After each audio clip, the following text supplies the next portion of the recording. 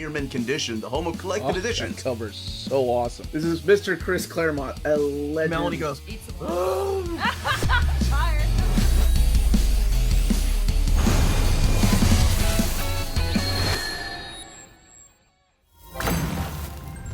Happy Tuesday, all you minties. Uncanny Omar here from Near Mint Condition, the home of collected editions. And join me today for my overview of these particular books coming out from Marvel this week. So let's go ahead and get started.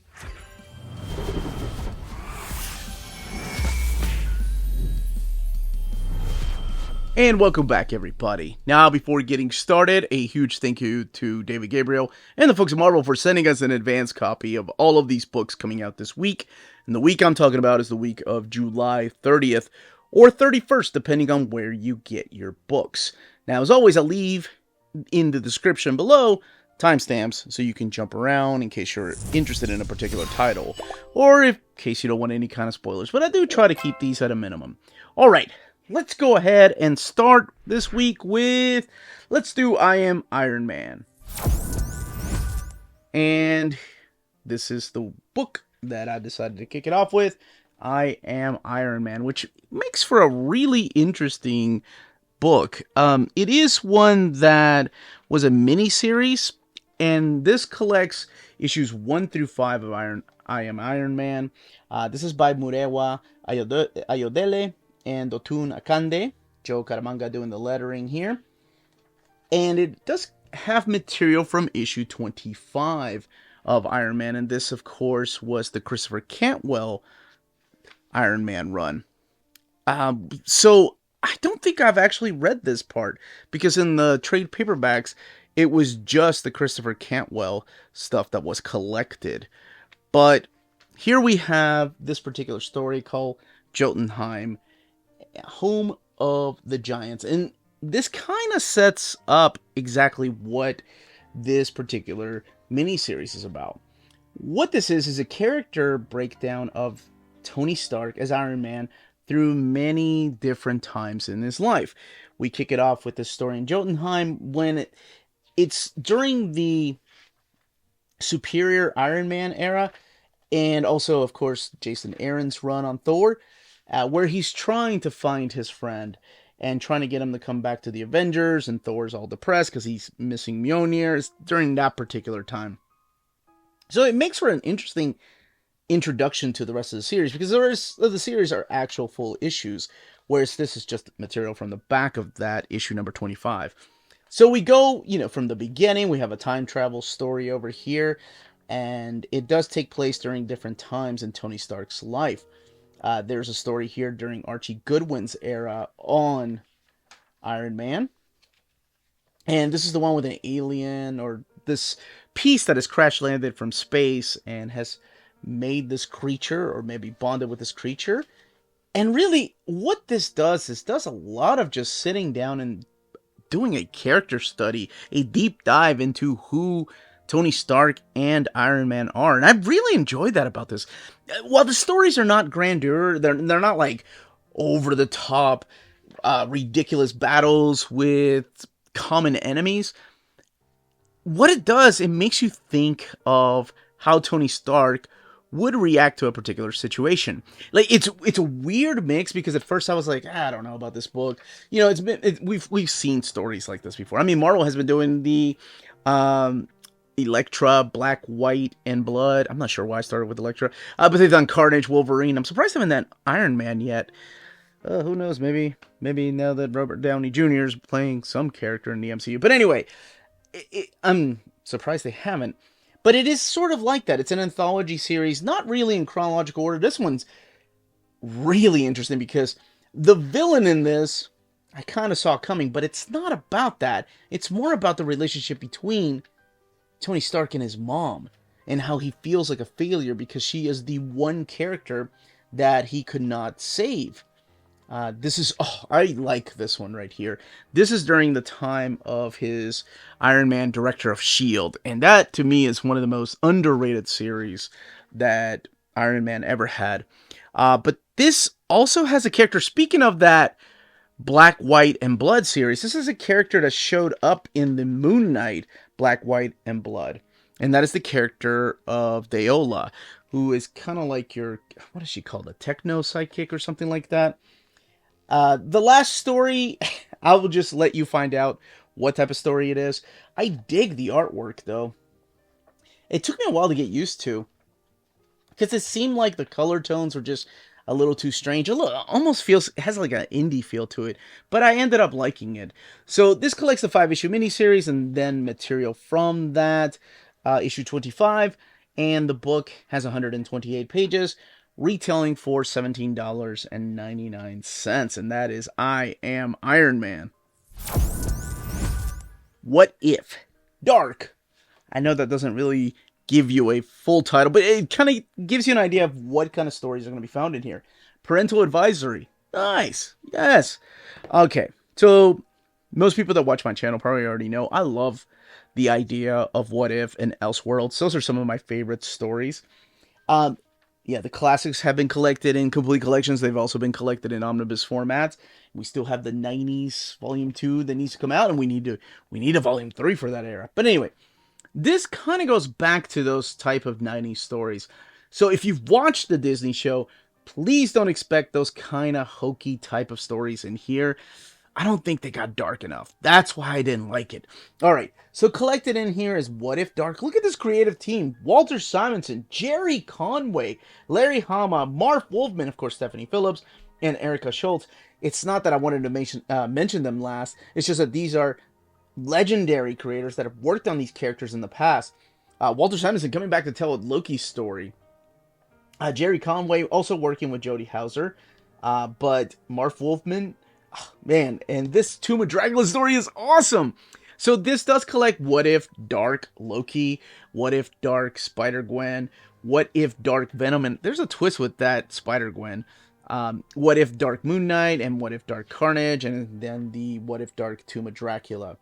So you'll get the idea from the first story. This is what if Loki had the power of Thor, so he ends up wielding Mjolnir. And then, of course, you go through some classic storylines that lead into Ragnarok, and much like the 90s What If, it goes in very dark paths. Okay, so I like this one here for a couple of reasons. This one is the What If Dark Gwen Stacy. Or, I'm sorry, What If Dark Spider-Gwen, which I don't know why they called it that, because she doesn't... Okay, you'll see. So it does have the classic cover right here. You know, a take on the classic cover, but this time around it's Greg Land with the floating Spider-Gwen head there. And we have actual original art. However, it's about to change. When Spider-Man dove down to save Gwen Stacy, it is not she who dies, but it is Peter Parker that dies. So she doesn't have these powers. She was not bitten by a radioactive spider. So how does a normal girl going to get revenge on the man responsible for the death of her boyfriend? Well, she finds his costume. She puts on... I love that she puts on the web slingers here. And she's like, okay, Gwen, what are you going to do now? But she doesn't really refer to herself as Spider-Gwen, because I always thought that was a really weird name. But she does refer to herself as another name that I found interesting. And I'm like, oh, I kind of like that. And, of course, that goes into a dark territory. This is the What If Venom, and instead of staying with Peter Parker after Reed Richards got rid of the costume and separated from Peter Parker, this starts bonding with Ben Grimm. So he becomes, I guess, Venom. And this goes into some dark stuff. Like, there's a lot of violence in this one, which I really enjoyed. This is the Moon Knight story, and this is pretty much what if Mark Spector had died, and truly died, and not become Moon Knight. And it's what if pretty much Bushman had killed Mark Spector, and then we end up getting a different Fist of Khonshu. And that is where Marlene comes in. And that goes in ways that I didn't expect it to go. The Carnage story is interesting because it's not about Cletus Cassidy, but it's about one of his ancestors having the symbiote of Carnage and having to deal with Dormammu and Residents of Hell. Yes, this one here is so awesome. This is What If, Tomb of Dracula, Dark. In it really does feel like the bookend that Marv Wolfman wanted to tell between the fight of good against evil, but mainly the fight between Blade and Dracula. And you're going to see a lot of cool, well, there you go, supporting cast from the original comics, looking the way they did in the original comics. The designs, of course, by Gene Colan. Now, this book has 200 pages and retails for $29.99. $29.99. My goodness. Tomb of Dracula Dark. I don't remember that character showing up. But hey, got my attention. What the hell was I saying? Oh, variant covers in the back. That's awesome. It's got a very Jet Grind Radio.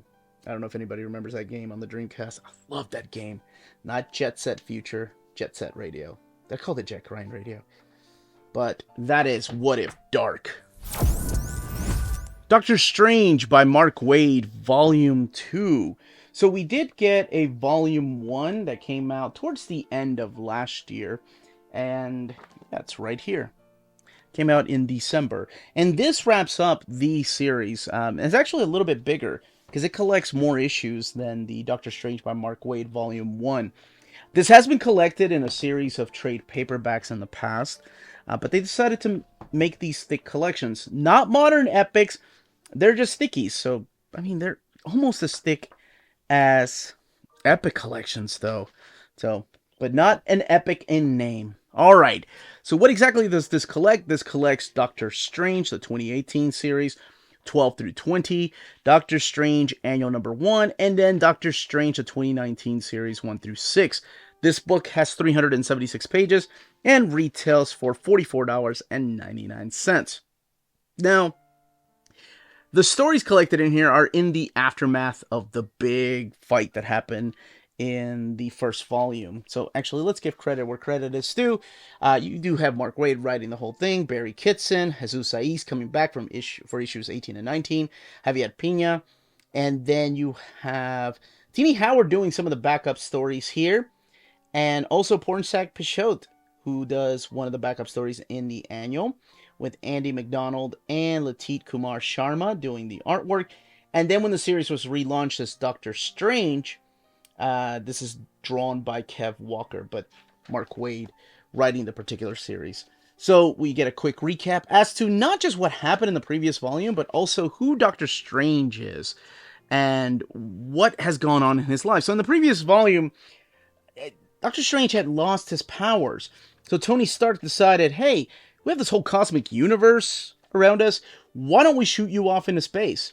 And that's kind of what happened. He went to space and gathered some cosmic sorcerer-like powers, made some friends along the way, came back to Earth, had to fly, ended up, not flight, Uncanny Omar Talk Pretty one day, had to fight somebody that looked almost like him with a little bit of a twist.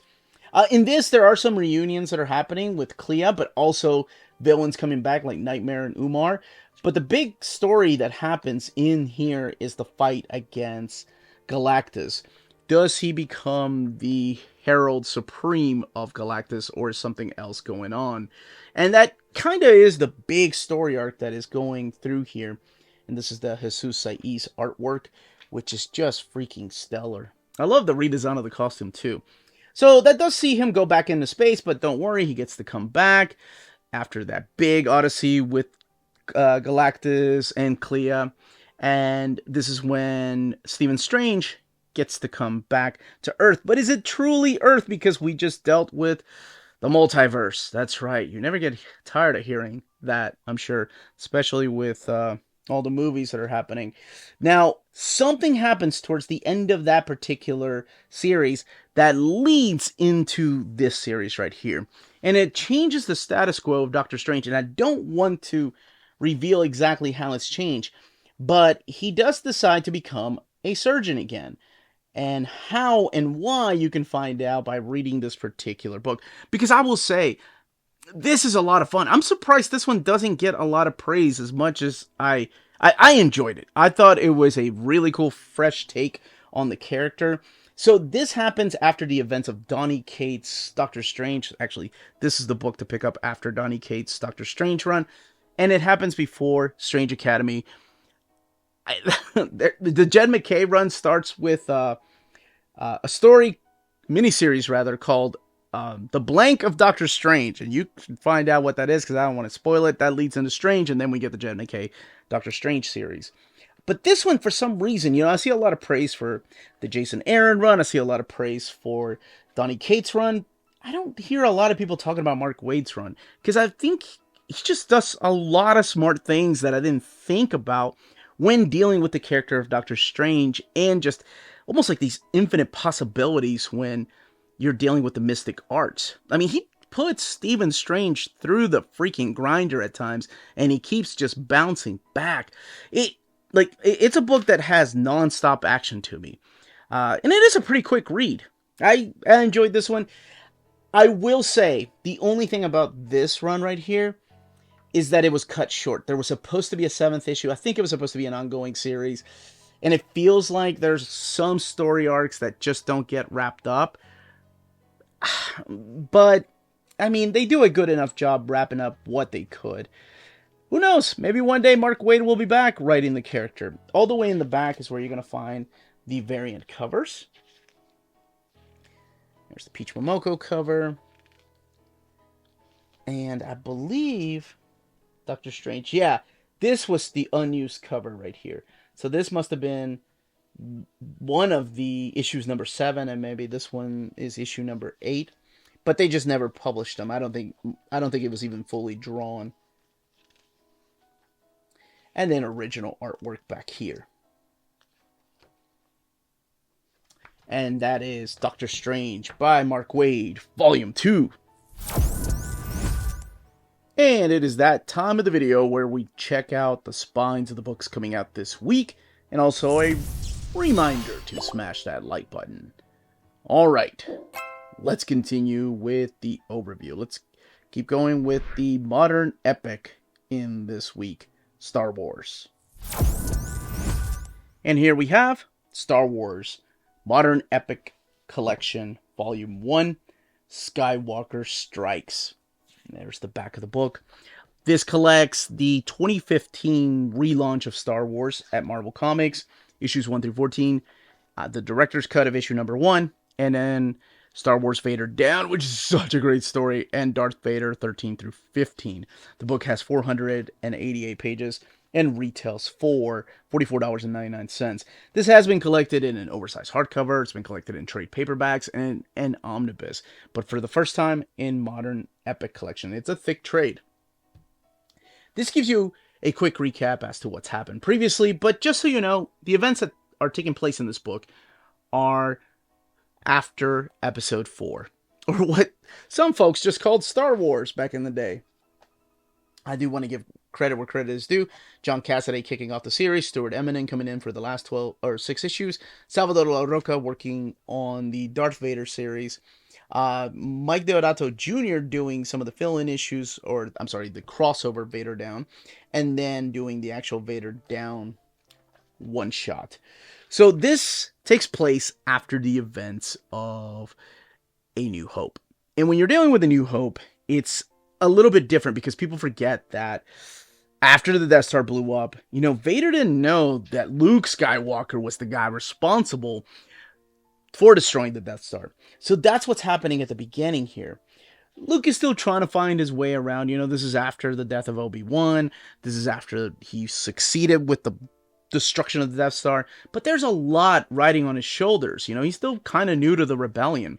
He's seen some of his childhood friends die.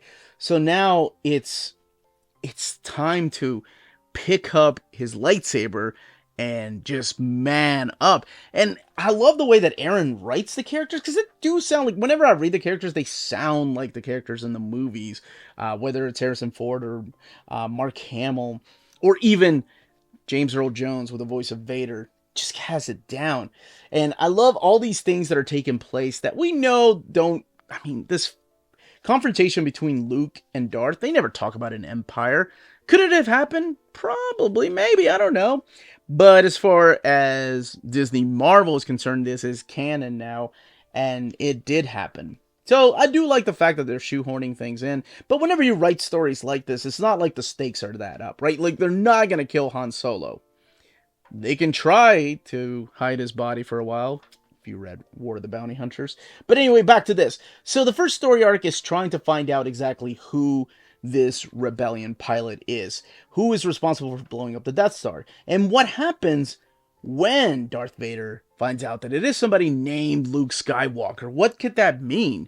Because Luke doesn't know that's his father, right? And, I mean, after watching episode 4, we didn't know either. It's not until Empire Strikes Back that that is revealed.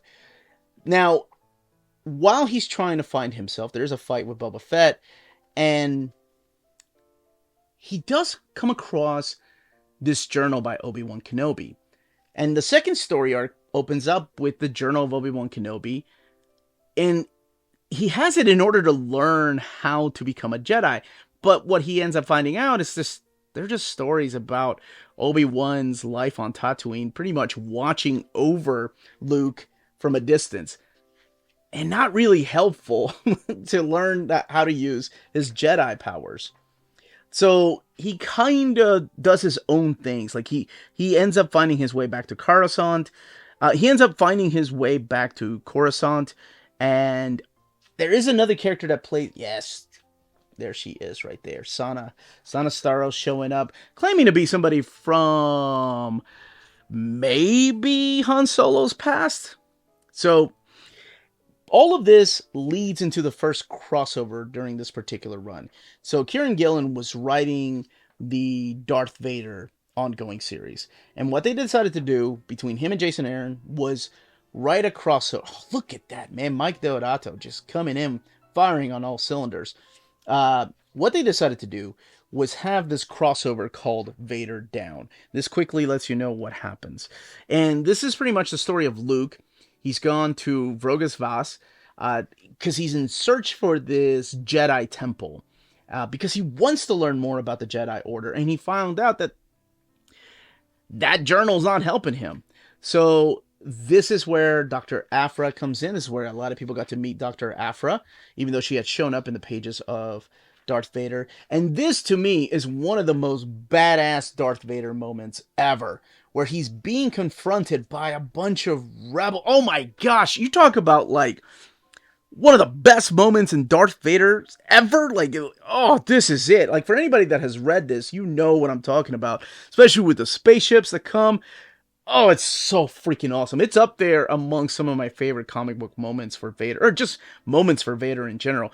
Like, Empire's great. I talk about Empire, the Dark Horse era. That omnibus has some amazing moments, but this, I can't deny that it's not badass. Not only do you get to meet Dr. Aphra, but you also get to meet her murder droids, 000 and BD-1. And, of course, this guy right here, whom you may have seen in the pages of... Not in the pages.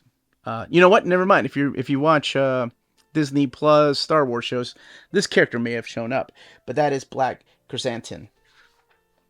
And you finally get to see the Wookiee fight here, but that's all I will say about it, other than the fact that if you haven't read this, oh my gosh, go and read this. Seriously, it is so good. I know there are people that are like, nope, Star Wars is not Disney Plus, or Disney Star Wars is not Star Wars, or Dark Horse comics are so much better. I really think it's case by case with me. There are some, like, Old Republic, Tales of the Jedi, Dark Empire, oh my gosh, it's so good. But that first year of Aaron and Gillen, and even Charles Soule's run, dude, on Vader, it's so good. Like, yeah. So I really think, you should definitely check it out for yourself. So this gets my seal of approval. I really enjoy this. And anytime I get a chance to reread it, it's a blast because it puts me in the, damn, I kind of want to watch Star Wars now and see where all this fits in, right between episodes 4 and 5. And these are the variants in the back. Lots and lots of extras. And this is actually, this is from the omnibus right here. It's talking to Kieran Gillen and the editor. And then you have cover sketches here. And this is the director's cut of issue number 1, which is the script. I'm not going to go through each page, and then original art right there. Some of it inked and some of it in pencil. And there's the other modern epic collection that's coming soon, and that is Darth Vader. Last but certainly not least is Uncle Roger's Incredible Hulk, Kill or Be Killed. This is Epic Collection Volume 9, and I am talking about Roger Stern. And let me tell you, this was hard between this and Star Wars. Unfortunately, this did not make me want to go and watch the TV show, which is actually when these books were being published was when the TV show was coming out, because this is from 1978 to 1980. So you have Roger Stern, John Byrne, Peter Gillis, Elliot S. Magan, Roger McKenzie, David Michelinie, Stephen Grant, Doug Mensch, Sal Buscema, John Byrne, Jim Mooney, Steve Ditko, actually doing the annual, and Carmine Infantino, Mike Esposito, Klaus Janson, Bob Layton. Freaking awesome inks by Layton, just to name a few of the inkers, the lettering, John Costanza and Jim Novak and Bruce Patterson and others, and then your colors, Glennis Wayne and George Russo's and Janice Cohen, just to name a few. Here is the breakdown of where you're going to find each of the issues. So we kick it off with issue 227 of the Incredible Hulk. So this collects Incredible Hulk 227 to 244, Annual 7 through 9, Captain America 230, Marvel Calendar 1979, and material from Marvel Treasury Edition 20 and 24. So 520 pages, $49.99, and it all starts with this nice and quiet therapy session by Doc Samson. And of course, it is the Incredible Hulk, or rather, sometimes Bruce Banner, reliving his past. And it doesn't go the way that Doc Samson thought it was going to go, and he makes a mistake by accidentally hypnotizing him and making him stay the Hulk for another week. But that is interrupted by one of my favorite comics as a kid. This is Incredible Hulk, Annual number 7. So, why did I get this? I wasn't collecting Incredible Hulk. I didn't care about it. I found it at Dr. Comics at the flea market. He had it for like 50 cents, I think. And I said, if I buy 20, can I get them for a quarter? And he said, hell no, kid. That's 50 cents already. What are you trying to do? And I said, I tried. So he appreciated that I tried. He appreciated that I was trying to haggle. But he still said no. You always have to ask. Anyway, as long as you're not offending them. So this I bought because it does feature not only Iceman and Angel, but also the Master Mold. So this is the fight against the Master Mold. And at that time, I was so obsessed because Louis Simonson and Chris Claremont had created the idea of the 12. So X Factor 14 became a very important comic to me. And I was like, oh, I got to get all the Master Mold appearances. I got to make sure that they did not lay the foundation way before this. And that's pretty much why I went and got that issue. It has nothing to do with the Incredible Hulk. This is the first appearance of Moonstone, the new Moonstone, who of course will play a bigger part in Marvel Comics later on. But this time around, she is a villain fighting the Incredible Hulk, who is about to go on I guess almost like a world tour. This is the bug thing alien that he ends up fighting through here. Fred, who he chases, and ends up taking him to a confrontation against Captain America, of all people. So this does have the crossover with Captain America issue 230, but also guest starring the rest of the Avengers here. So during this time, mainly it's Fred and Jim, who are his supporting cast. There's a couple of other people, of course Betty, but she's with Talbot during this time, so it's a little bit different. But I do love what Roger Stern was doing with the character. He was trying to do things a little bit different than what Bill Mantlo was doing. The fight against Machine Man, which lasts a few issues, where all hell breaks loose on this poor city, where you see firsthand just the destruction that the Hulk is capable of. And of course the government steps in because they have to be reminded from time to time that, oh man, yeah, the Hulk, he's not that good of a guy. Here is the annual, which features Sasquatch, member of the Alpha Flight, written by John Byrne, or actually co-written by John Byrne and Roger Stern. Sal Buscema actually supplying the writing here. Misunderstandings and all that. And I love the fact that Marvel's TV sensation is here, because the show with Bill Bixby was huge during this time.